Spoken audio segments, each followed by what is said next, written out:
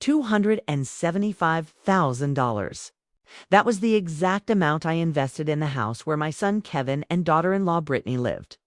A house I bought with the insurance money I received after my husband Richard's death.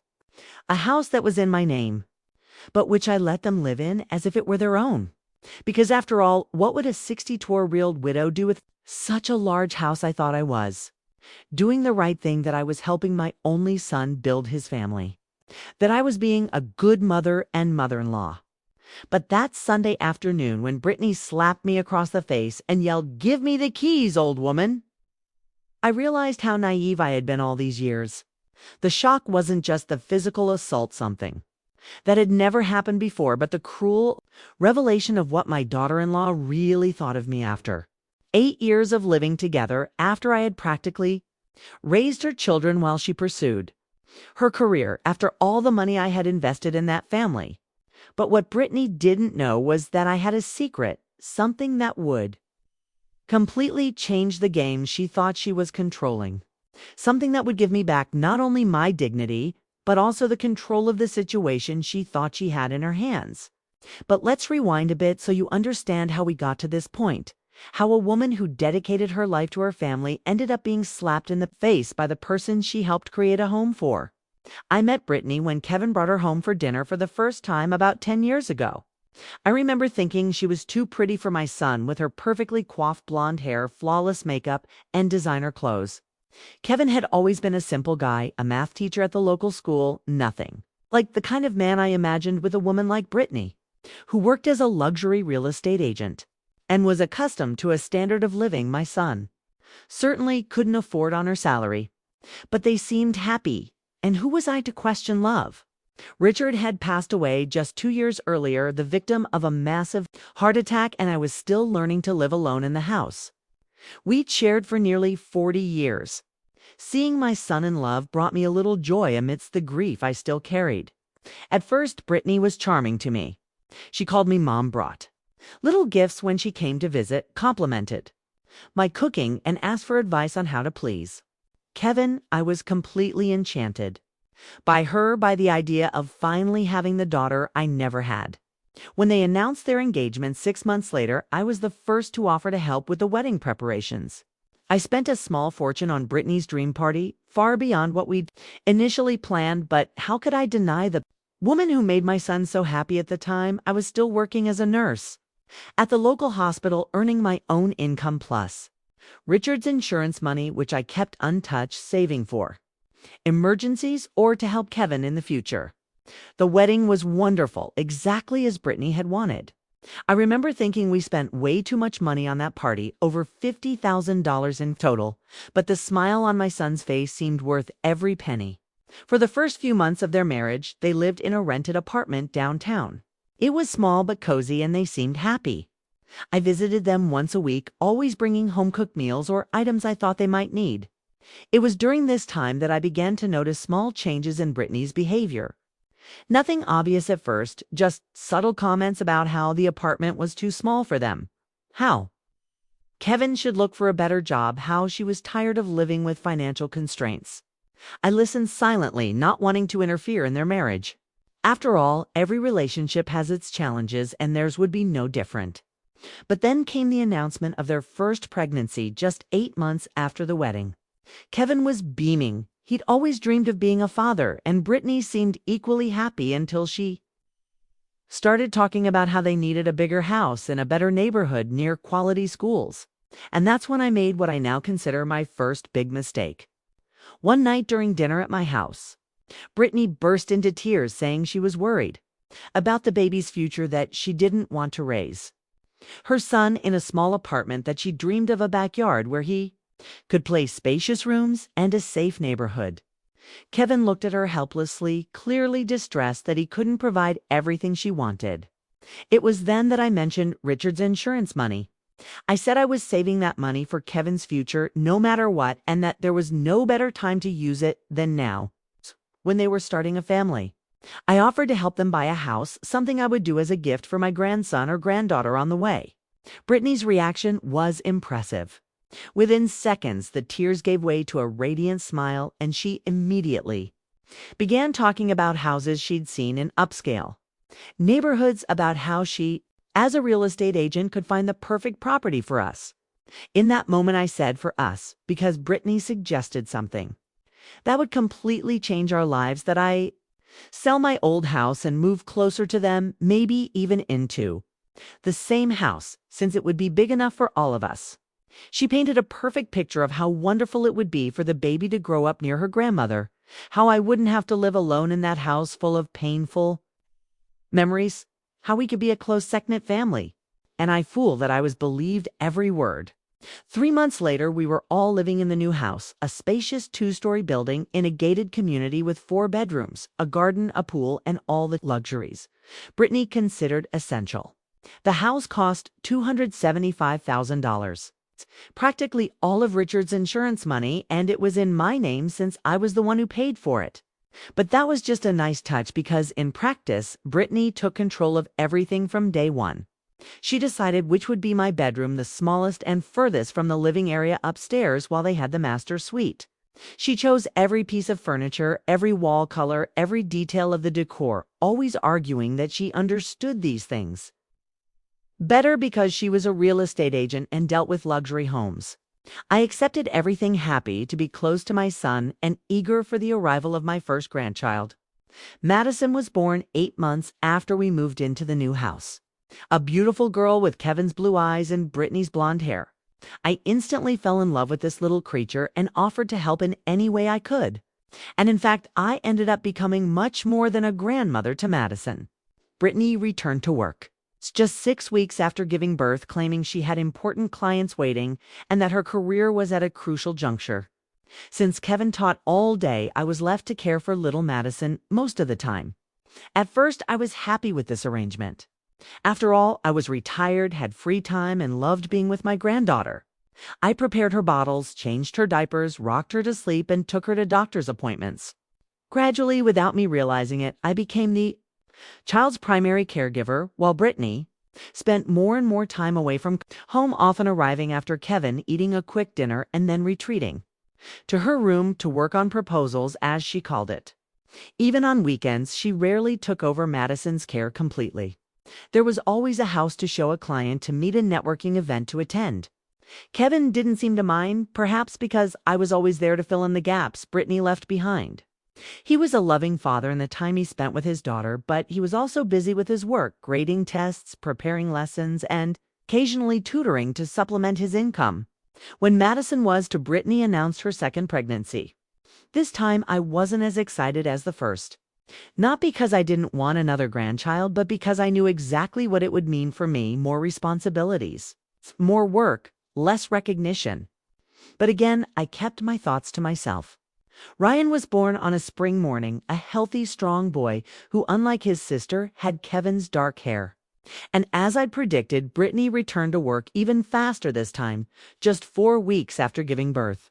And so I found myself caring for a baby and a twirled, practically alone, while still managing the house, cooking, cleaning, and trying to keep everything in order for when Kevin and Brittany got home from work. They were exhausting years, both physically and emotionally. I loved my grandchildren with all my heart, but I missed time for myself, for my friends, for the little pleasures I'd cultivated after Richard's death, like my book club and my painting classes. All of this was put aside to dedicate myself to my son's family. And although I occasionally complained about the overload, I always heard from Kevin and Brittany that I should be grateful for having a roof over my head and being able to spend daily time with my grandchildren. As if I were living on a favor in the house I paid for myself. The family dynamics slowly deteriorated over the years. What began as Brittany's minor interference in how I cared for the children or ran the household evolved into constant criticism, disparaging comments, and even direct orders about what I could and couldn't do in her house. She began complaining about the food I prepared, saying it wasn't healthy enough for the kids. She criticized the way I folded the laundry, the way I organized the toys, the way I cleaned the bathrooms. Nothing I did seemed good enough for her. When I tried to defend myself or explain why I did things a certain way, she would roll her eyes and call me old-fashioned and resistant to change. Kevin, My son, whom I loved dearly, rarely took my side in these arguments. He had become a passive bystander in his own house, always trying to smooth things over, but never truly standing up to Brittany when she mistreated me. "Mom, you know how she is," he would say, as if that justified everything. "She's stressed about work. The kids make her nervous." There. It was always an excuse, a justification for Brittany's behavior, while my hurts and frustrations were minimized and ignored. Things got significantly worse when Madison started school. Brittany became openly critical of my parenting, saying I was spoiling her, not encouraging her independence, and that my values were outdated and harmful. She even went so far as to forbid me from taking Madison to school, claiming I was embarrassing in front of the other mothers with my plain clothes and old car. This hurt me deeply, but I held back and accepted it, as I always did. Ryan, who still stayed home with me, became my only solace during those lonely days. I channeled all my love and attention to him, trying to compensate for Brittany's coldness. She seemed increasingly uninterested in her own children unless she could use them to post photos on social media or impress her coworkers at social events. It was during this period that I began to notice other disturbing aspects of Brittany's behavior. She would come home later and later, often smelling of alcohol and perfume that wasn't her own. She'd receive text messages at all hours of the night, and she'd turn away to answer them, always with a smile. I never saw her give my son. I began to suspect she was having an affair, but I had no way to prove it, and honestly, I wasn't sure I wanted to uncover the truth and put my son in an even more difficult situation. But my biggest concern wasn't Brittany's possible infidelity, but the impact her behavior was having on the children. Madison, now 6, had become a quiet and anxious girl, always trying to please her mother, always afraid of doing something wrong. Ryan, 4, was more open with his emotions and often cried when Brittany ignored him or responded angrily to his questions and requests for attention. I tried to compensate for this lack of maternal affection as best I could, but I knew it wasn't enough. The children needed their mother, needed to feel loved and valued by her. One night after Kevin and Brittany had gone out to dinner with friends and the children were already asleep, I did something I'd never done before. I went into Brittany's office to look for evidence of her cheating. I knew it was wrong that I was invading her privacy, but I was desperate to understand what was happening, to have something concrete to show Kevin and make him see the reality I suspected we were living. It was then that I discovered something far more disturbing than evidence of infidelity.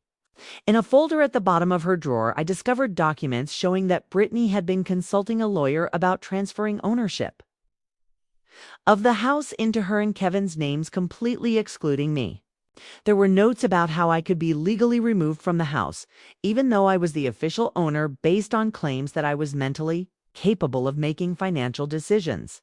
There was even a draft of a letter purportedly written by Kevin describing troubling behavior on my part that never occurred: mental confusion, frequent forgetfulness, erratic behavior. It was a clear attempt to build a case to declare me incompetent and take control of my assets. The shock was so great that I had to sit down. My own daughter-in-law was planning to strip me of the house. I had bought with my husband's insurance money the house I had given them, out of love, out of a desire to see them happy and secure. And worst of all, she was manipulating my son into participating in this plan, making him believe it was for my own good. That night, I couldn't sleep. I spent hours staring at the ceiling, reliving the past few years, realizing how I had been manipulated and used by Brittany from the very beginning. How she had seen me not as a mother-in-law or a partner in raising her children, but as a means to her dream home and a free babysitter. How she had systematically isolated me from my friends, burdened me with responsibilities, and undermined my self-confidence, all to keep me under her control. The question gnawing at my mind was, did Kevin know this? Was he knowingly participating in this plan to take everything I had for me, or was he just another victim of Brittany's manipulations? I wanted to believe that my son would never agree to something like that, but he had been so weak, so submissive to Brittany's will in recent years that I was no longer sure of anything. The next morning, I tried to act normal, making coffee as usual, taking Ryan to the park to play and helping Madison with her homework when she got home from school. But inside, I was panicking desperately, trying to find a way out of this situation. I couldn't confront Brittany directly with what I'd discovered, as that would reveal that I'd broken into her office. I couldn't simply grab my belongings and leave, as I had nowhere to go, and I couldn't bear the thought of leaving my grandchildren. I needed a plan, help someone I could trust. It was then that I remembered Susan, my longtime friend with whom I'd lost touch in recent years, mainly due to my childcare responsibilities, and Brittany's subtle but effective ploys to keep me isolated. Susan was an attorney specializing in family law. If anyone could advise me in this situation, it was her. On a rare afternoon when I had a few free hours while Ryan was at preschool and before Madison got home from school, I went to Susan's office without telling anyone. The reunion was both emotional and painful. Susan hugged me with tears in her eyes, saying she had tried to contact Kay many times over the years, but I never returned her calls or texts. I was shocked, as I had never received any attempt to contact her.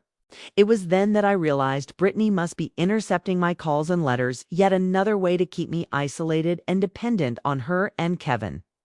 With a crack in my voice and trembling hands, I told Susan everything. How I had bought the house for Kevin and Brittany with Richard's insurance money. How I had become the primary caregiver for my grandchildren while Brittany built her career.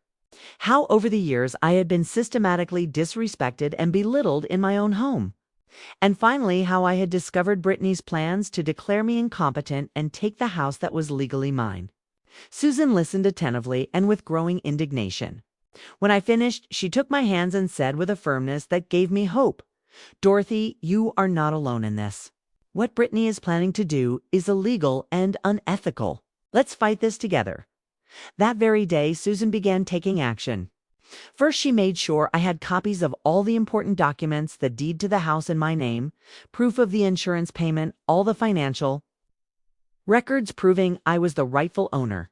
She then advised me to open a separate bank account at a different bank than Kevin and Brittany used and transfer the little money I still had in my name there. She then suggested I start documenting everything, every derogatory comment, every work overload, every interference with my rights as a homeowner.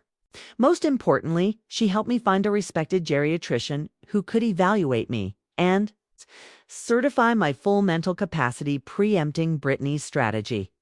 The following weeks were stressful, but also liberating in a way. For the first time in years, I was taking concrete steps to protect myself and my interests. I was regaining some of the control I had so easily ceded to Brittany. I continued to act normally at home, fulfilling my responsibilities with the children, trying not to arouse suspicion. But internally, something had shifted. I no longer felt so powerless, so at the mercy of Brittany's whims. I knew I had options, that I had a friend and ally in Susan, that I had rights that could and should be respected. However, my biggest concern remained how this would affect my relationship with Kevin and especially my grandchildren. I loved Madison and Ryan more than anything, and the thought of not being able to see them daily, of not being a part of their lives, was devastating. Susan assured me that if we ever got to the point of legal proceedings, I would have a good chance of obtaining visitation rights with my grandchildren, especially considering my crucial role in raising them up to that point. But I sincerely hoped that we wouldn't come to that, that there could be some form of peaceful resolution, some way to make Kevin see the truth without completely destroying our family. The confrontation that would change everything happened on a Sunday about 2 months after my visit with Susan. It was a seemingly normal day with Kevin taking the kids to the zoo, while Brittany claimed she had work to do at home. I preferred to stay too, as I was feeling a little tired and wanted to use the time to organize some documents. Susan had asked me to. I was in my room putting papers in a folder when I heard the door burst open. Brittany was standing there with an expression I'd never seen before, a mixture of anger and triumph. "What do you think you're doing?" she asked, entering the room uninvited. I tried to hide the documents, but she was quicker, snatching the folder from my hands. Her eyes quickly scanned the contents, and her expression changed to something even more frightening. "So that's it, you're planning to sue us after everything we've done for you." I tried to explain that I was just organizing my personal documents, that I wasn't planning anything against her or Kevin, but Brittany wasn't about to listen. You think I don't know you've been talking to your lawyer friend? Do you think I haven't noticed your little escapades, your secret phone calls? I was shocked to realize she'd been monitoring me probably for weeks. You have no right to invade my privacy like this, I managed to say, finding a courage I hadn't known I still possessed. This is my home, and you're a guest in it. You must respect me. It was like pouring gasoline on a fire. Brittany's face turned red with rage, and she began yelling, "Your house! Your house! Do you really believe this house is yours? You're just a naive old fool who gave us what we wanted. This house is mine now, and you're the one here on a whim. In fact, it's way past time you went to one of those senior centers where you can be properly cared." For her words hit me like a punch, but I managed to maintain my composure. The deed is in my name, Brittany. I paid for this house with my husband's insurance money. Legally, it belongs to me. Brittany laughed a cold, cruel sound I'll never forget. Legally, maybe, but that could easily change. Kevin is ready to declare you no longer fit to care for yourself, much less manage an estate. A few months of foreclosure proceedings, and this house will officially be ours. It was then that she did something I never imagined. Hush. She would. She stepped forward and slapped me across the face so hard it sent me staggering back. "Give me the keys, old woman," she yelled, holding out her hand. "Give me the keys to this house right now, or I swear I'll make your life an even worse hell than it already is." Shocked by the assault, I brought my hand to my burning face, feeling involuntary tears stream down my cheeks. But amidst the shock and pain, something awakened inside me. A fire that had lain dormant for years, a determination. I thought I'd lost when I'd given in to Brittany's will and let her take control of my life. "No," I replied, my voice surprisingly firm. "I'm not giving you the keys to my house. And if you touch me again, I'll call the police and report you for assault." The look of surprise on Brittany's face would have been almost comical under other circumstances. She clearly hadn't expected any resistance from me, accustomed as she was to my submission. But her surprise quickly gave way to even greater fury. "You wouldn't dare," she hissed, taking another step toward me. "Who do you think they'll believe, a confused old woman or a respectable real estate agent just trying to take care of her elderly mother-in-law?" It was a clear threat based on years of psychological manipulation, years in which she had worked to undermine my self-confidence and make me doubt my own worth and capabilities. But I was no longer the same insecure, lonely woman who had allowed herself to be manipulated for so long. "I have proof, Brittany," I said calmly, holding her gaze. "Proof that you plan to declare me incompetent to take my house. Proof that I've been the primary caregiver for your children while you've been too busy with your career. Or perhaps other things." Her face paled slightly at the insinuation. "And now," I continued, "I have a witness to your physical assault on me." I pointed to the corner of the room where a small device was blinking discreetly. "Security camera. I installed a few weeks ago after noticing my belongings being disturbed when I wasn't in the room. Everything that happened here today was recorded, including the slap you gave me. It was a bluff, of course. There was no camera in my room." But Brittany had no way of knowing that, and the panic in her eyes told me my bluff had worked. She glanced nervously at the corner I'd indicated, then back at me, clearly trying to decide if I was lying or not. "You're bluffing," she finally said, but her voice no longer held the same confidence it had before. Maybe I replied with a small smile, "But are you willing to risk it? The camera automatically uploads to the cloud, so even if you destroy it now, the footage is already saved." This last part was inspired by something I'd heard Madison say about her school's technology, and it seemed plausible enough to increase the credibility of my bluff. Brittany took a step back, visibly shaken. Behind her, confident and manipulative facade, she was a coward, someone who preyed on the weak and vulnerable but was unprepared to face anyone who fought back. "This isn't over," she threatened, heading for the door. "Kevin will never believe you. He's on my side on this." "We'll see," I replied, simply maintaining my composure until she left the room, slamming the door behind her. Only then did I allow My legs too weakened, and I fell to sitting on the bed, shaking uncontrollably with the adrenaline of the confrontation. My mind was racing, trying to process what had just happened, and more importantly, what I should do next. Brittany had shown her true colors, physically assaulted me, and made clear her intentions to drive me out of the house. But most painful of all were her claims that Kevin was on her side, ready to declare me mentally incompetent. Could this be true? Would my own son, whom I had raised alone after Richard's death, whom I had supported every step of his life, be willing to betray me like this? Part of me refused to believe it, wanting to think that Kevin was being manipulated by Brittany just as I had been for so many years. But another part, the part that had learned the hard way not to be naive, remembered how he had remained silent as Brittany belittled me day after day, how she had accepted my free work as a nanny and housekeeper without ever truly thanking me or acknowledging my sacrifices. Hands still shaking, I picked up my phone and called Susan. When she answered, the words poured out of me in an emotional torrent, the entire confrontation. With Brittany, the slap, the threats, my bluff about the camera. "You need to get out of there right now," Susan said as soon as I finished speaking. "Come to my house. It's not safe for you to stay there after this." But I couldn't just leave, not when Kevin and the kids could return at any moment. "I can't abandon my grandchildren," I replied. "And I need to talk to Kevin. I need to hear from him if he really plans to declare me incompetent." Susan tried to dissuade me, saying it was too risky, that Brittany might become even more violent. But I was determined.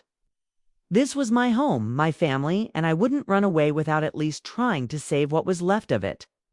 I promised Susan I'd call back as soon as I spoke to Kevin, and that if I ever felt I was in real danger, I'd go to her house immediately.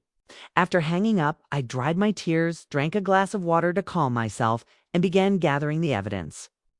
I'd collected over the past few weeks copies of the documents I'd found in Brittany's office, my own journal where I'd recorded her abusive behavior, the geriatrician's evaluation attesting to my full mental capacity, photos of the red mark the slap had left on my face.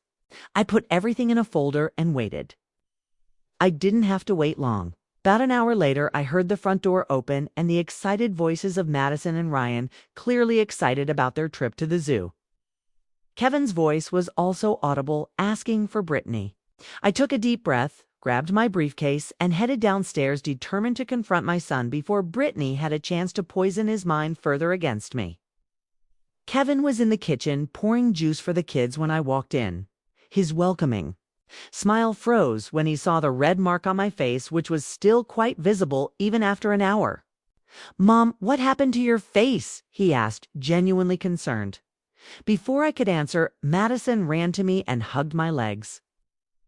"Grandma, are you hurt?" she asked, her big blue eyes full of concern. Ryan, always more perceptive than his age suggested, simply took my hand and held it tightly, as if to protect me from whatever had hurt me. The love of those children gave me the strength I needed to say what needed to be said. "Kevin, we need to talk," I said firmly. In private." He looked confused, but nodded, asking Madison to take Ryan to play in their room for a while. Once the kids left, I closed the kitchen door and sat at the table, motioning for him to do the same. "Your wife slapped me today," he said bluntly, watching her reaction closely. The shock on his face seemed genuine, which gave me a small hope that maybe, just maybe, he wasn't completely on her side. "What Brittany hit you? Why?" Kevin asked, his voice a mixture of disbelief and confusion. In response, I opened my briefcase and began showing him the evidence I'd collected first, the photos of my face after the slap, then the documents I'd found in Brittany's office detailing the plan to declare me incompetent and take the house. She demanded the keys to the house, Kevin. "A house I bought with your father's insurance money, a house that legally belongs to me." And when I refused, she assaulted me. Kevin was pale, his eyes scanning the documents in his hands, especially the draft of the letter he'd supposedly written describing behaviors of mine that never happened. "I never wrote that," he murmured, looking genuinely shocked. "I never said those things about you. So you're not planning to declare me incompetent? You're not conspiring with Brittany to take my house?" I asked, hope rising in my chest. "Of course not. Kevin exclaimed, looking horrified at the mere suggestion. Mom, this is your home. You allowed us to live here. How could I even think of taking it away from you? His words were exactly what I wanted to hear, but years of manipulation had taught me to be cautious. Then how do you explain those documents? In Brittany's office, how do you explain the fact that she thinks you're on her side in this conspiracy? Kevin ran his hand through his hair, a gesture I recognized from his childhood whenever he was nervous or confused. She never told me about it, he finally said. She never mentioned anything about declaring you incompetent or transferring the house to us. He sounded sincere, but something in his expression told me he wasn't telling me everything. But I persisted, knowing there was more. Kevin sighed deeply. She's been talking about how it would be better for you to live in a senior community where you'd have friends your own age and wouldn't have to work so hard taking care of the kids. I always said it was too soon for that you were happy here with us, but she insisted you'd be better off there. I nodded slowly, the pieces of the puzzle beginning to fall into place. And you never thought to ask my opinion on this, about being sent to a nursing home while you kept my house. My voice held a hint of bitterness I couldn't hide. Kevin had the decency to look embarrassed. I should have consulted you, yes? But Brittany seemed so certain it was what was best for you, and you know how persuasive she can be. Her voice trailed off, probably realizing how weak her excuse sounded. Yes, I know exactly how persuasive she can be, I replied with a weary sigh. That's how she's been manipulating me all these years, making me believe I should be grateful for having a roof over my head in the house I bought, that I should accept being treated like an unpaid maid and nanny, that I should swallow her daily insults and belittlements to keep the peace in the family. Kevin seemed genuinely surprised by my words, as if he were hearing a completely different version of events than the one he knew. Mom, I didn't know you felt that way. Why didn't you ever say anything? It was my turn to look incredulous. I did, Kevin, several times over the years. But you always downplayed my concerns, always said I was overreacting, that Brittany was just stressed, that I should be more understanding. He looked down, seemingly reliving those moments and seeing them in a new light. I'm sorry, he finally said, his voice thick with remorse. I guess I didn't want to see. It was easier to believe everything was fine, that we were a happy family. Easier than to face Brittany and risk. ... He didn't finish the sentence, but he didn't need to. I understood perfectly well what he didn't say: risking the marriage, risking the family's stability, risking Brittany's wrath being directed at him instead of me. Where is she now? I asked, suddenly aware that Brittany could return at any moment and interrupt our conversation. She called while we were at the zoo, said she had an emergency with a client and had to leave. Kevin replied. She said she'd be back for dinner. That bought me a little time, but not much. Kevin, we need to decide what to do now. I can't continue living under the same roof as someone who physically assaulted me and is planning to take everything I have. Kevin nodded slowly, the reality of the situation finally sinking in. You're right. What Brittany did is unforgivable. No one has the right to treat you like that, especially not in your own home. He paused, clearly considering his options. I think we should call the police, report the assault. I was surprised by his suggestion. I hadn't expected him to go this far, to be willing to involve the authorities against his own wife. Part of me wanted to do just that, wanted to see Brittany face the legal consequences of her actions. But another part, the part that's still worried about my grandchildren and the impact this would have on their lives, hesitated. What about the kids, Kevin? How would this affect Madison and Ryan? Kevin closed his eyes for a moment, clearly tormented. I don't know. But they can't grow up thinking it's normal or acceptable to treat people like this, especially family members. What example are we setting for them if we allow this to continue? He was right, of course. But still, the idea of potentially separating those children from their mother, flawed as she was, made me deeply uncomfortable. There's an alternative, I suggested after a moment's thought. You could move. I could stay in this house, which is legally mine, and you could find somewhere else to live. Kevin seemed surprised by my suggestion. You'd kick us out? His question irritated me. Even now, after everything we discussed, he still saw the situation through the distorted lens Brittany had created. No, Kevin, I wouldn't be kicking anyone out. I'd simply be taking back control of my own home, a home I've generously shared with you for years, despite the treatment I received in return. He had the decency to look embarrassed. You're right, I'm sorry. It would be a big change for all of us. Life is about change, I replied firmly, and sometimes change is necessary for the well-being of everyone involved. Kevin nodded slowly, seeming to finally grasp the gravity of the situation and the need for decisive action. I'll talk to Brittany when she gets back, he said. I'll make it clear that what she did is unacceptable and that we need to find a new place to live. I wanted to believe him, wanted to trust that he would finally take a stand and stand up for what was right. But years of disappointment had taught me to be cautious. What if she denies everything? What if she says I'm making it up, that the slap never happened, that the documents are forged? Kevin grabbed my hand across the table, squeezing it lightly. I believe you, Mom. I always should have. And I won't let Brittany treat you like this anymore. His words were comforting, but I needed more than words right now. I needed concrete action assurances that my rights would be respected. There's something else you should know, I said, deciding to reveal the last secret I'd kept. I've hired a lawyer, Susan Parker, an old friend of mine. She's already aware of the situation and prepared to take legal action if necessary. Kevin looked momentarily shocked, perhaps surprised to see me taking such an assertive stance. But then he nodded, accepting the information. You did the right thing. You needed to protect yourself. He paused, seeming to consider something. Actually, it might be best if Susan is present when Brittany returns.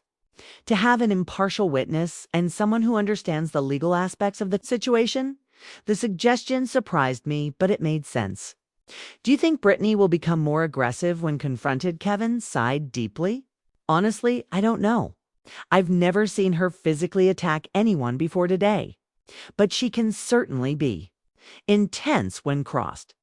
That was an understatement, but I appreciated his honesty.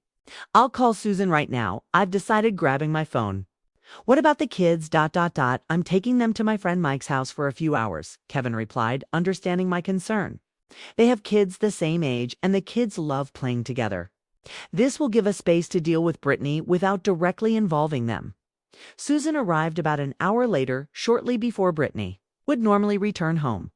Kevin had already taken the kids to his friend's house, explaining that the adults needed to have an important conversation and that it would be best if they had a fun afternoon out.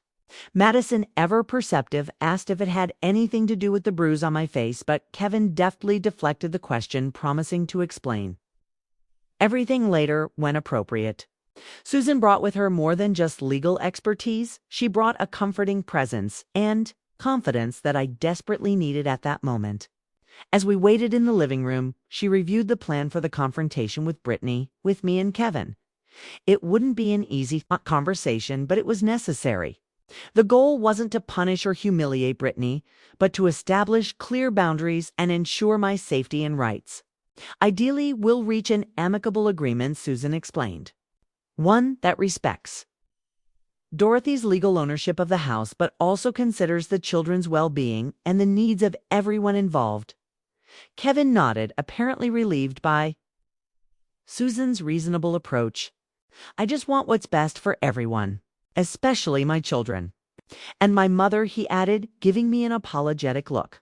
I know I failed to protect you, Mom, to see what was happening right under my nose. I hope it's not too late to make things right. Her words touched my heart. Despite everything, this was still my son, the boy I had raised, the boy I loved unconditionally. It's never too late to do what's right, Kevin, I replied softly. The sound of a car pulling into the driveway interrupted our moment. Brittany had arrived. The three of us exchanged tense glances, bracing ourselves for what was to come. Kevin stood first, heading to the door to greet his wife. I could hear the surprise in Brittany's voice at finding Kevin home so early, asking where the children were. Then her eyes fell on Susan and me sitting on the sofa in the living room. Her face instantly hardened, and I could see the calculation in her eyes, trying to assess the situation, probably wondering how much I had Reveal to Kevin what's going on here, she asked, her voice artificially calm but with an edge of tension that was impossible to hide. And who is she? She added, pointing at Susan. Kevin closed the door behind her and answered with a firmness he rarely displayed with his wife. This is Susan Parker, my mother's lawyer. We're here to discuss what happened today, Brittany. The slap you gave her and your threats to throw her out of her own home. Brittany's calm mask instantly fell, replaced by an expression of fury that was almost frightening to behold. So that's it. You report me to your son and bring in a lawyer too. Intimidate me after everything we've done for you, you ungrateful old woman. Her venom was directed at me, but it was Kevin who responded, with a hardness in his voice I'd never heard before. Enough, Brittany. I won't allow you to talk to my mother like that anymore. Not in your house. Not anywhere. Brittany looked at Kevin as if he'd just slapped her. Your house, she repeated incredulously. Kevin, are you on her side now after everything we talked about? How it would be better for her to live in a more age-appropriate place? Kevin crossed his arms, standing his ground. We never discussed forcing her to leave, Brittany. I never agreed to declare my own mother incompetent or take her house. He pulled out the documents I'd shown him earlier, waving them in front of her. And I never knew about these plans you were hatching behind my back. Brittany's gaze flickered between me and the documents in Kevin's hands, a brief flash of panic crossing her face, before being replaced by cold determination. Well, that doesn't matter anymore, she said, assuming a defensive posture. The point is, this house is too big for her, and we'd be doing her a favor by taking it off her hands. She probably doesn't even remember how she paid for it. Anyway, it was then that Susan intervened, her voice professional and firm. Ms. Thompson, I must inform you that your client, Dorothy Miller, is in full possession of her mental faculties as attested by a recent geriatric evaluation. Furthermore, she has all the necessary documentation to prove her legal ownership of this residence. Any attempt to forcibly remove her or to falsely state her mental incapacity would constitute fraud and could result in serious legal consequences for you. Brittany glared at Susan with pure hatred, but I could see the fear behind the anger. She was being confronted, possibly for the first time in her life, with the real consequences of her manipulative actions. This is ridiculous, she finally said, trying to maintain her composure. No one is trying to commit fraud. We're just concerned for her well-being. Susan smiled coldly, a smile that didn't reach her eyes. Your concern is touching, but it doesn't explain the physical assault that occurred today, nor the documents that clearly show your intention to take possession of this property through questionable means. Brittany shot me an accusatory look. She broke into my office. She went through my private documents. Isn't that illegal too? Kevin intervened before Susan could respond. That doesn't justify you hitting her, Brittany. Nothing justifies that. He paused, taking a deep breath, as if gathering courage for what he would say next. I think we need some time apart. The kids and I are going to stay at Mike's house for a few days while you figure out what you want to do next. The suggestion clearly caught Brittany off guard. Her face paled, and for a moment she looked genuinely scared. You're leaving me because of her. There was desperation in his voice, now a vulnerability I'd never seen before. No, Brittany. I'm giving us space to think because of your actions. What you did to my mother and what you were planning to do. I can't just ignore this. Brittany's eyes filled with tears, a transformation so rapid it almost seemed calculated. Kevin, please, she begged, her voice now soft and broken. I lost my temper, I admit it. I shouldn't have hit her. But you know how difficult she can be, how she interferes with everything we do. Kevin shook his head, no longer susceptible to his wife's manipulations. No, Brittany. I won't let you turn this around again. My mother did nothing wrong. She gave us a roof over our heads, took care of our children, endured your abuse for years, and all she got in return was disrespect and now physical violence. Brittany's tears dried as quickly as they had appeared, replaced by a look of cold fury. Well, if that's how you feel, maybe it's best if we separate for a while. Or maybe permanently. She looked around the room as if seeing the house in a new light. But if you think I'm going to let you keep the children, you're very much mistaken. They're coming with me." The threat hung in the air like a toxic cloud, poisoning any hope of a peaceful resolution. Susan intervened again, her voice calm but firm. "Mrs. Thompson, I strongly suggest you don't make threats you can't carry out. Any custody decision would be determined by a court based on their best interests, not emotional ultimatums." Brittany shot Susan a venomous look, but didn't directly respond to her statement. Instead, she turned to Kevin. "Are the kids at Mike's? I'll go get them right now." She turned to leave, but Kevin stopped her, gently grabbing her arm. "Brittany, please. Let's not involve the kids in this yet. Let's all calm down and think about what's best for them." She jerked away. "Don't tell me what's best for my kids. You've always been too weak to make important decisions, always hiding behind your mother. Well, that ends now." She picked up the bag she'd dropped on the floor when she came in and headed determinedly for the door. "I'll go get Madison and Ryan, and then we'll decide what to do next." "Without her interference," he added, giving me one last hateful look before leaving, slamming the door behind him. The three of us were silent for a moment, processing what had just happened. It was Kevin who spoke first, his voice thick with remorse and concern. "I need to go after her, stop her from upsetting the children with all this." Susan nodded understandingly. "Yes, go. But remember, stay calm, don't let her provoke you, and above all, think about the children's well-being. If you feel the situation is getting dangerous or out of control, don't hesitate to call the police." Kevin grabbed his car keys and headed for the door, but before leaving, he turned to me. "I'm so sorry about all this, Mom. For not seeing you sooner, for not protecting you like I should." I smiled sadly at him. "Go, son. Take care of the children now. We'll have time to talk about all this later." After Kevin left, Susan sat next to me on the couch and took my hands. "Are you okay? I know this has been incredibly difficult." I sighed deeply, feeling the weight of years of emotional abuse and the recent confrontation. I'm not sure how I am, to be honest. Relieved to finally face the situation, but also scared of what comes next. Worried about Kevin, the kids. Even Brittany, as strange as that may sound. Susan squeezed my hands gently. "It's not strange to be concerned about her. It shows that despite everything she's done, you still have compassion. But Dorothy, you need to worry about yourself now too. You're finally taking steps to protect yourself, and that's vital." She was right, of course. For years, I had put everyone else's needs before my own. I had sacrificed my happiness, my independence, my dignity, all for the sake of my family. But now it was time to think about myself, to take back control of my life. "What do you think will happen now?" I asked, trying to imagine what the future would be like after this outburst. Susan considered the question for a moment before replying. "Honestly, a lot depends on Brittany and how much she's willing to escalate the situation. Kevin seems to be finally seeing the truth, which is a big step in the right direction. But Brittany is clearly manipulative and potentially dangerous when crossed." She paused, choosing her next words carefully. "I think we should prepare for all possibilities, from a relatively peaceful resolution to a contentious divorce with a custody battle. And in any scenario, we need to ensure their safety and their rights." I spent the next 2 hours with Susan discussing legal and practical options for protecting myself and the children. She urged me to consider obtaining a restraining order against Brittany, given the physical assault, but I was still hesitant, worried about the impact it would have on the family as a whole.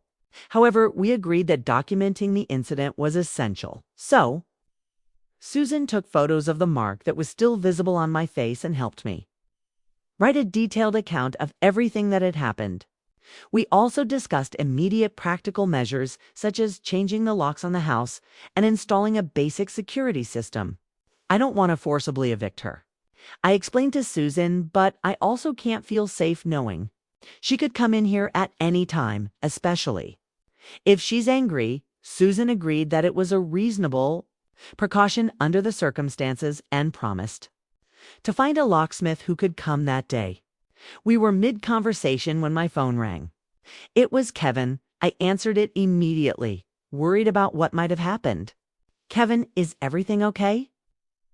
I could hear the relief in his voice when he replied, "Yes, Mom. I got to Mike's before Brittany did. The kids are fine. They don't know anything yet. I let out a breath I hadn't even realized I'd been holding. And Brittany, she arrived right after me, Kevin explained, his voice low as if trying not to be heard. There was a scene. She demanded to take the kids, yelled at the door, calling Mike and his wife kidnappers when they refused to let her in. I closed my eyes, imagining the panic and confusion the kids must be feeling. Did Madison and Ryan hear? Unfortunately, yes, Kevin admitted with a heavy sigh. But Mike took them to the basement to play video games, trying to distract them as much as possible. He paused before continuing. Brittany finally left after Mike threatened to call the police, said she was going to a hotel, that she needed time to think. But before that, she said some things. Mom, terrible things about you, about me, about our marriage. I could hear the pain in his voice and my heart ached for him. Despite everything, Kevin loved Brittany, and seeing this side of her must have been devastating. I'm sorry, son. I'm so sorry you're going through this. Kevin took a deep breath as if trying to compose himself. It's not your fault, Mom. None of this is your fault. I don't know what to do now. The kids are confused, scared. They ask why. Mom was yelling why we can't all go home. Susan, who had been listening to my side of the conversation, gestured to speak. I put the phone on speaker so she could join in. Kevin, this is Susan. I think it would be good if you and the kids came home now. Your mom is safe here, and the three of you could be together. Give the kids some sense of normalcy. Kevin looked hesitant. What if Brittany comes back? What if she creates another scene? We're changing the locks right now, Susan explained. And if she shows up and causes trouble, we have every right to call the police. This is legally your mom's house, and after what happened today, Brittany has no right to demand entry. There was a long silence on the other end of the line, and I could almost hear the gears turning in Kevin's mind, weighing all the difficult options before him. Okay, he finally said. I'll bring the kids home. But first, I need to try to explain the situation to them in a way they can understand. I don't want them to be even more scared. Sure, I agreed. Do what you think is best, son. We'll be here waiting for you. After hanging up, I looked at Susan, a mix of exhaustion and determination on my face. So let's change the locks. And after that, we'll figure out how to rebuild what's left of my family. The next few weeks were a whirlwind of emotions and adjustments for all of us. Kevin and the kids returned home that night as promised. Madison and Ryan were clearly confused and distraught by their art. Mother's absence, but Kevin did an admirable job explaining the situation as gently as possible, saying that Mom and Dad needed some time apart to work through some adult issues, and that this had nothing to do with them or how much they were loved. The kids slept in Kevin's room that first night while I lay awake in my own room, reflecting on how my life had completely changed in a matter of hours. Brittany kept her distance for the first few days, communicating only through text messages with Kevin about arrangements for seeing the kids. Although I dreaded these encounters, Kevin insisted that the kids shouldn't be deprived of their mother, and we agreed that he would supervise visits in public places like parks or coffee shops, at least until the situation stabilized. The first time Brittany came to pick up the kids for an outing, I stayed upstairs, unable to face her yet. From what Kevin told me later, she was surprisingly composed, perhaps realizing that a display of emotional instability would only hurt her standing in any future custody battle. As the days turned into weeks, a new routine began to settle into our home. Kevin took on much more responsibility, with the children coming home early from work, helping with homework and preparing meals. I continued to care for my grandchildren when he couldn't be there, but now there was a new respect and appreciation for my contribution. Kevin frequently thanked me, not just with words, but with small gestures, a cup of tea made before I asked, a bouquet of flowers for no special occasion, offers to babysit for an afternoon while I visited Susan or other friends I'd drifted away from. During those years of isolation, slowly I began to reclaim my life. I rejoined my book club, reconnected with old friends from the hospital, and even signed up for a painting class in the local community, something I'd always wanted to do, but never found the time or energy for while overwhelmed with Brittany's demands. It was during one of these painting classes that I met Harold, a kind 67-year-old widower who shared my love of Impressionist art and had the same subtle sense of humor as Richard. We started out as friends, just chatting during class breaks, but soon we were meeting for coffee and walks in the park. It wasn't romantic, at least not yet, but there was potential there, a possibility I never imagined I'd have again at my age. While my personal life blossomed, the legal situation with Brittany slowly unfolded. With Susan's help, we established a temporary arrangement for the house and child custody. Kevin initiated divorce proceedings, something that clearly saddened him, but which he recognized as necessary given recent events. Brittany hired her own attorney and initially made some rather aggressive demands, including half the value of the house, claiming that improvements made during their time there had significantly increased its value. Susan Isley refuted these claims, presenting documentation showing that all significant improvements had been paid for by me, not Kevin or Brittany. Regarding custody, Brittany initially demanded full custody, claiming that Kevin worked too much to adequately care for the children. But when Kevin presented evidence of how he had rearranged his schedule to be more present, and when it became clear that I would continue to be available as a stable and loving presence in my grandchildren's lives, her position began to weaken. We hadn't reached a final agreement yet, but negotiations were moving toward shared custody with the kids, spending most of their time with Kevin and me, and alternating weekends with Brittany. One afternoon, about 3 months after the incident that changed everything, I was home alone enjoying a rare moment of tranquility to work on a painting when the doorbell rang. I wasn't expecting anyone, and for a brief moment I felt a pang of anxiety, fearing it might be Brittany. Since changing the locks, she hadn't tried to enter the house without permission. But the fear of another confrontation still lingered in my mind. Cautiously, I approached the door and looked through the peephole. To my surprise, it was indeed Brittany, standing there looking very different from the confident and intimidating woman I knew. Her shoulders were slumped, her normally perfect hair was pulled back in a simple ponytail, and there was no trace of her usual flawless makeup. I hesitated, my heart racing. There was no legal or moral obligation to let her in, especially not when she was home alone. But something in her posture, in the vulnerability I'd never seen in her before, made me open the door, keeping the security chain in place, a precaution Susan had insisted I install. "Brittany," I said, my voice firmer than I'd expected. "What do you want?" She looked up, and I was shocked to see that her eyes were red and puffy, as if she'd been crying for hours. "Dorothy," she said, her voice hoarse and low. I know I have no right to ask this, but can we talk just for a few minutes?" I assessed her carefully, searching for any sign of deception or manipulation. But all I saw was a broken woman, a far cry from the confident, controlling Brittany who had slapped me across the face months ago. Against my better judgment, I removed the chain and opened the door, but I made it clear we can talk here on the porch. "I don't feel comfortable having you inside when I'm alone." She nodded, accepting my terms without argument, which in itself was a notable change. We sat in the porch chairs, an open space where neighbors could see if something went wrong, another precaution that allowed me to feel safe enough to have this conversation. So I began when it became clear Brittany was struggling for words. "What did you want to tell me?" Brittany took a deep breath, as if gathering her courage. "I came to apologize," she finally said, her words rushing out as if she feared her courage would run out before she could say them. "For the slap, for the terrible things you said, for everything, really." I was momentarily speechless. Of all the things I imagined she might say, a genuine apology was at the bottom of the list. "Why now?" I asked, still cautious. "Why, after all these months?" Brittany looked away, staring at a distant point beyond the garden. "I've been in therapy," she admitted, looking almost embarrassed by the confession. "It was one of the conditions of the joint custody that Kevin and the judge demanded.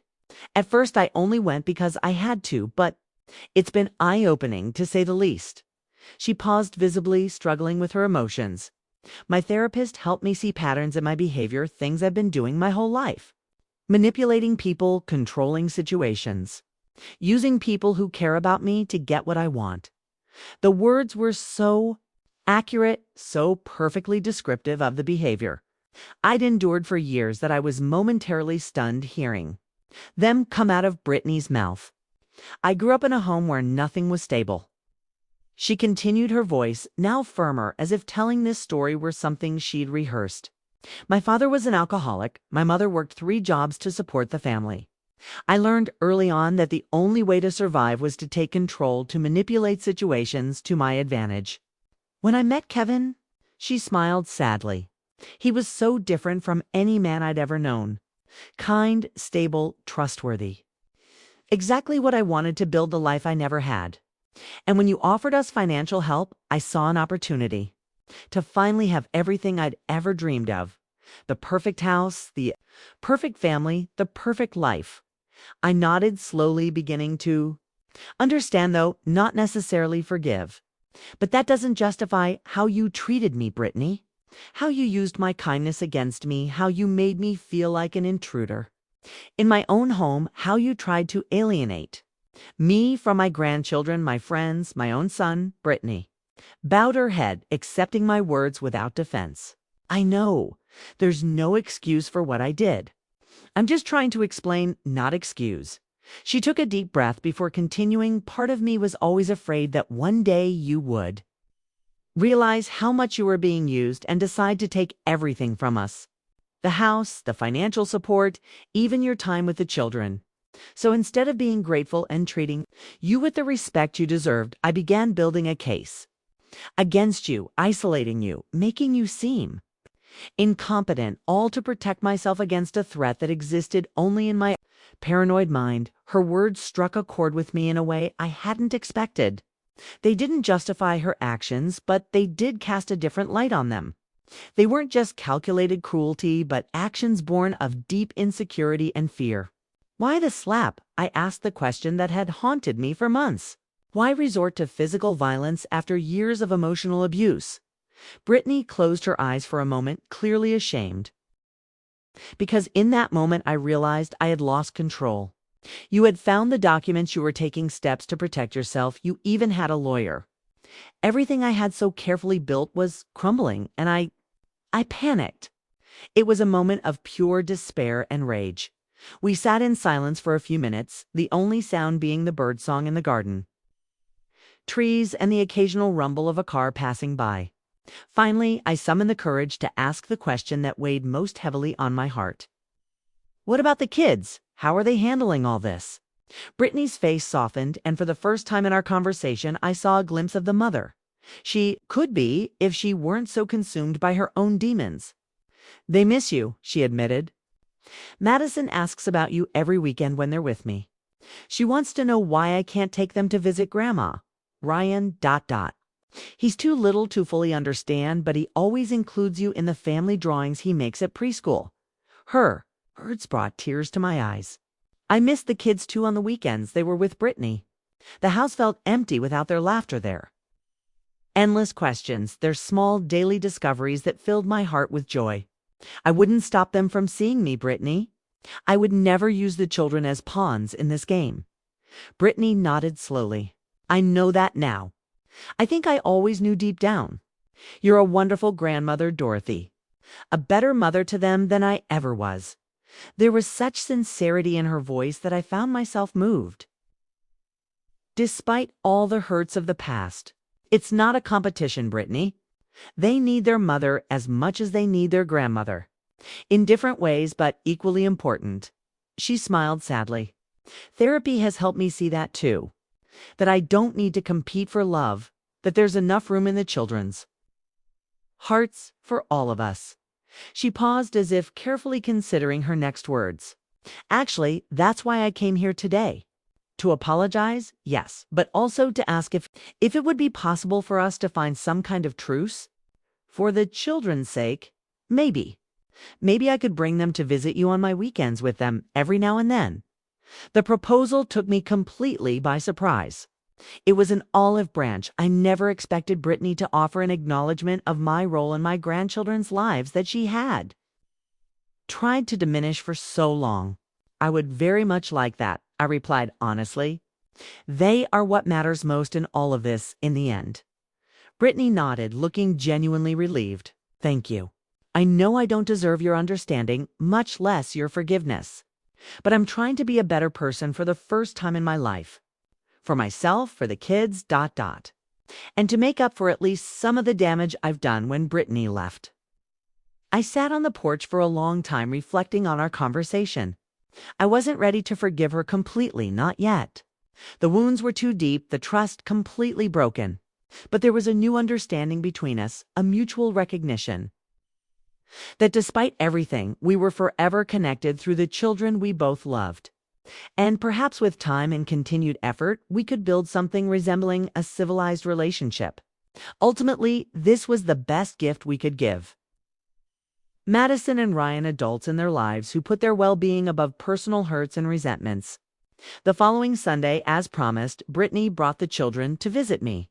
I stood on the porch watching the car approach, my heart racing with the anticipation of seeing my grandchildren. Madison was the first to come out running toward me with open arms, shouting "Grandma" with a joy that filled my heart. Ryan followed close behind, a little more hesitantly at first, but soon joining in the group hug. Brittany stayed behind, giving us space for that moment of reconnection. When we finally parted, Madison looked from me to her mother, clearly confused about the new dynamic. "Mom said we can stay here for 2 hours," she informed me, as if conveying an official message. "And maybe we can all get ice cream together afterward, if that's okay with you." I glanced at Brittany, who looked nervous, almost vulnerable, as she awaited my answer. "That would be wonderful," I replied, smiling, not at Brittany, but at the children I loved more than anything. "I have freshly baked cookies waiting for you in the kitchen, and then we can play that board game you love so much, Madison." The children ran into the house, eager for the cookies and the promise of games, leaving Brittany and me alone for a moment. "Thank you for this," she said softly. "It means a lot to them. And to me too." I nodded, acknowledging her effort, but still maintaining an emotional distance that would take a long time to lessen. "They're what matters," I repeated the same words I'd said during our conversation on the porch. "They always have been." Brittany nodded, accepting both the thanks and the implicit reminder of her past mistakes. "I'll be back in 2 hours then," she said, retreating toward the car. "Enjoy your time with them." And then she was gone, leaving me with my grandchildren in the house that was truly mine, with the dignity and respect I had finally regained. The following months brought more changes, some predictable, some surprising. Kevin and Brittany's divorce was finalized without the drama and bitterness we initially feared. Joint custody was formalized, with the children spending most of their time with Kevin, and me in alternating weekends with Brittany. As for the house, it was legally established that it would remain my sole property, with Kevin and the children having the right to live there as long as I permitted. Brittany received a small financial compensation for the proven contributions she had made to improvements to the property, a fair agreement that Susan helped me negotiate. Over time, a new normal began to establish itself. Kevin eventually returned to dating, meeting a kind art teacher from Addison's school, a woman who treated me and the children with genuine respect and care. Brittany continued her therapy and slowly began to build a healthier relationship, not only with her children, but also with me. We would never be close friends there. Was too much history between us for that, but we managed to reach a place of mutual respect that benefited everyone, especially Madison and Ryan. As for me, I continued to cultivate my friendship with Harold, which eventually blossomed into something deeper. At 64, I've discovered that it's never too late to find companionship, understanding, and even romance. One Sunday afternoon, about a year after the incident that changed everything, we were all gathered in the backyard for Ryan's birthday. Everyone included Kevin and his girlfriend Brittany, who could now be in the same room as me without palpable tension, Harold, Susan, and her husband, and of course, Madison and Ryan, surrounded by a few school friends. Watching that unlikely scene, I realized how much my life had changed since that terrible moment when Brittany slapped me and demanded the keys to my house. That moment of crisis, painful as it was, ended up being the catalyst for a profound transformation. It forced me to face truths I had ignored for years to find strength I didn't know I possessed, to set boundaries that should have been established long ago. The secret I held, the one Brittany didn't know when she confronted Me that day wasn't just the legal documents for the house or my friendship with Susan. The real secret was the inner strength I had. Forgotten I possessed the dignity. I had allowed to be slowly eroded the self-esteem that had been systematically undermined over the years. Recovering this secret, rediscovering my worth and my voice, was the true victory in this whole story. And so as I watched Ryan blow out his 5 candles surrounded by people who genuinely cared about him, including his mother who was working hard to be better, I felt a deep gratitude for the journey I had taken. It wasn't easy, and it certainly wasn't the path I'd envisioned for my life after Richard's death. But it was authentic, it was mine, and for the first time in many years, I was truly in control of it. Harold came over and took my hand, smiling warmly. "A penny for your thoughts," he said in that soft accent I'd grown to love. I smiled back, squeezing his hand. "Just thinking about how life can surprise us," I replied. "How sometimes we have to go through the worst to find the best in ourselves." He nodded, understanding perfectly, as he always did. "You are a remarkable woman, Dorothy Miller," he said with sincere admiration. "Strong, courageous, and compassionate, even after all you've been through." Her words warmed my heart, a heart that had learned to open again, to trust again, to love again. If you identified with my story, leave a like to help me reach more people who may be going through similar situations. In the comments, tell me, have you ever faced family conflicts that seemed impossible to resolve? How did you find the strength to stand up for yourself and regain your dignity? Share your experiences, because it's through these exchanges that we strengthen each other. Subscribe to the channel for more stories like this, stories of challenges overcoming and new beginnings. Always remember, it's never too late to set healthy boundaries and regain control of your own life. You deserve respect, love, and dignity no matter your age or circumstances. Thank you for listening, and until the next story.